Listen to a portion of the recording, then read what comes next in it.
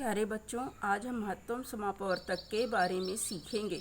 महत्तम समापवर्तक दो या दो से अधिक दी हुई संख्याओं के सार मीन्स कॉमन अपवर्तक माने विभाज्य जिससे वे कट सके में से सबसे बड़ा सार्व अपवर्तक यानी जो सबसे बड़ी संख्या है जिससे दोनों कट सके दी हुई संख्या का महत्तम समापवर्तक HCF या मासापा कहलाता है। इसका अर्थ हुआ यदि आपके पास कई संख्याएं हैं और उन संख्याओं में वह संख्या जिससे दोनों संख्याएं पूरी कट जाए, जैसे हमारे पास 12-18 है तो 12-18 2 से भी कट जाता है दोनों, 3 से भी दोनों कट जाता है, 6 से भी दोनों कट जाता है।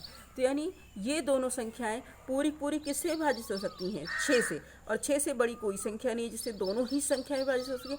तो 6 महत्तम समापवर्तक या मासापा या हाईएस्ट कॉमन फैक्टर हुआ किसका? 12 या 18 यानी दी हुई संख्याओं में के सार्व अपवर्तकों यानी कॉमन अपवर्तक में से, जैसे इसमें 2-2 है, इसमें 3-3 है, इसमें 6-6, जो सबसे बड़ा सार्व अपवर्तक है उसे ही मासापा कहते हैं। एक बार फिर से डेफिनेशन पढ़ लेते हैं। दो या दो से अधिक दी हुई संख्याओं के सार्व अपवर्तकों में से सबसे बड़ा सार्व अपवर्तक ग्रेटेस्ट कॉमन डिवाइजर यानी सबसे बड़ी संख्या जो दोनों को काट सके उसे ही महत्तम समापवर्तक हाईएस्ट कॉमन फैक्टर या HCF या मासापा कहते हैं। अब इसके कुछ नोट हम पढ़ लेते हैं।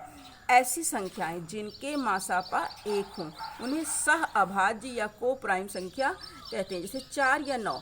ऐसा कोई भी गिनती इसमें नहीं है जो 4 या 9 दोनों को पूरी काट सके, पर हाँ एक ऐसी गिनती है जो दोनों को ही अपवर्तक है। तो ये दोनों संख्याएं सह अभाज्य हैं जो केवल एक द्वारा विभाजित हो सकती हैं। दूसरा नियम, सह अभाज्य संख्याओं का मासा सदैव 1 होता है। उसी बात को दूसरे ढंग से कह दिया गया है, जैसे 27 और 25 ऐसी संख्याएं हैं जिनमें कोई भी कॉमन नंबर नहीं है जिससे वो पूरी विभाजित हो सके एक के सिवा, इसलिए ये दोनों सह अभाज्य संख्याएं हैं। तीसरा, सामान्यतः संख्याओं का महत्तम समापवर्तक या तो उन सभी संख्याओं में सबसे छोटा होता है और या तो छोटी संख्या के बराबर होता है। अब हम जैसे दो संख्या हैं 12 या 18 का महत्तम समापवर्तक या तो इन दोनों से छोटा होना चाहिए या छोटी संख्या 12 के बराबर होना चाहिए। जब हम इसके अपवर्तक लिखते हैं तो 1 2 3 4 6 12 और 18 के 1 2 3 6 9 18, इन दोनों में 6 एक ऐसी संख्या है जो दोनों को पूरी विभाजित कर सकती है और सबसे बड़ी संख्या है। तो इसका महत्तम समापवर्तक क्या हो गया? 6, और 6 हमारा 12 और 18 दोनों से ही छोटा है।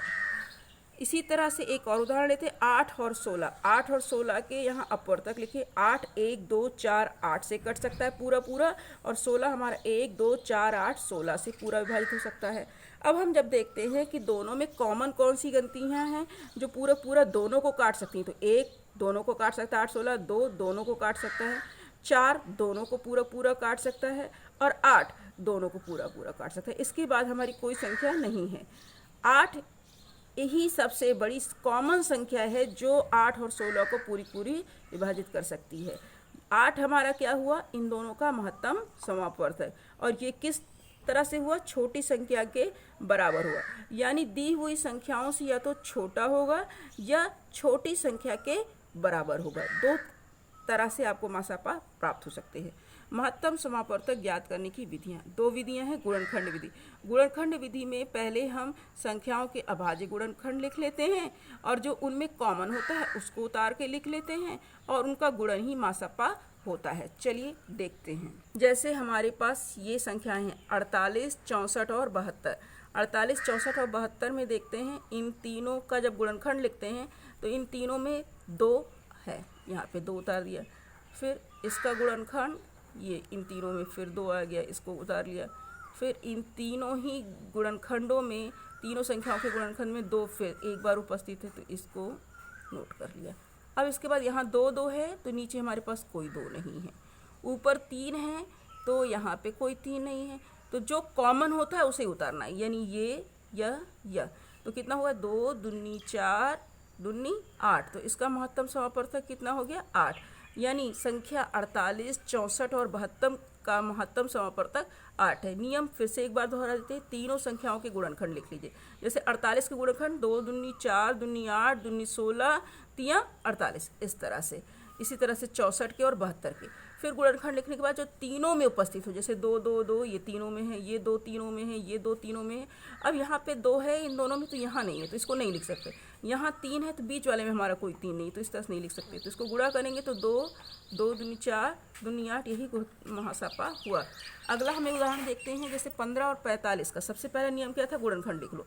15 का गुणनखंड 3 पचे 15, 45 का 3 तिरिका 9, 9 पचे 45। अब देखते हैं दोनों में कॉमन क्या है।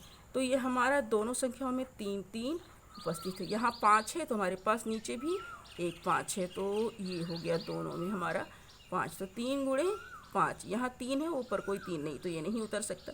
3 पचे 15, यानी 15 और 45 का महत्तम समापवर्तक क्या है, 15, जो हमारी छोटी संख्या 15 के बराबर है। और ये 15 दोनों को पूरा पूरा काट सकता है। 15 एकम 15, 15 तियां 45, इन दोनों का महत्तम समापवर्तक 15 हुआ, और यही हमारा उत्तर है। भाग विधि से कैसे महासापा ज्ञात कर सकते हैं।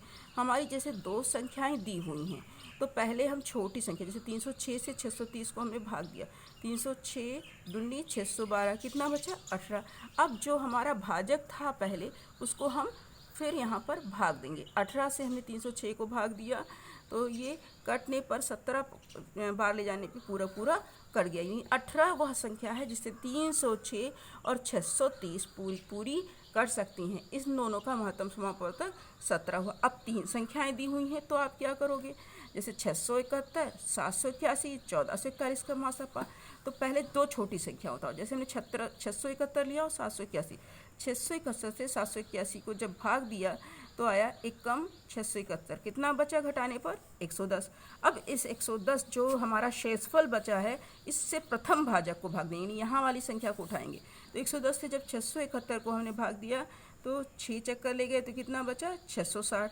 फिर घटाने पे कितना बचा, 11। फिर हम भाजक को, यानी जो हमारा भाजक होता है उसको ही हम अंदर उठाते हैं। यहाँ पे 110 को फिर हमने अंदर उठाया, फिर 11 दही हम 110, यानी 11 वह संख्या है जिससे 671 और 781 पूरी कट जाती है। यानी इन दो गिनतियों का महत्तम समापवर्तक क्या हुआ, 11। अब हम यहाँ से 11 को उठाते हैं और इस 11 से किसको भाग देते हैं, 1441 को। जब हमने 11 से 1441 को भाग दिया तो ये पूरा कट गया 131 बार ले जाने पे। यानी 11 वो गिनती है जिससे 671, 781, 1441 पूरी कट जाएंगी। इसलिए इन तीनों का महत्तम समापवर्तक आपका 11 हुआ। धन्यवाद।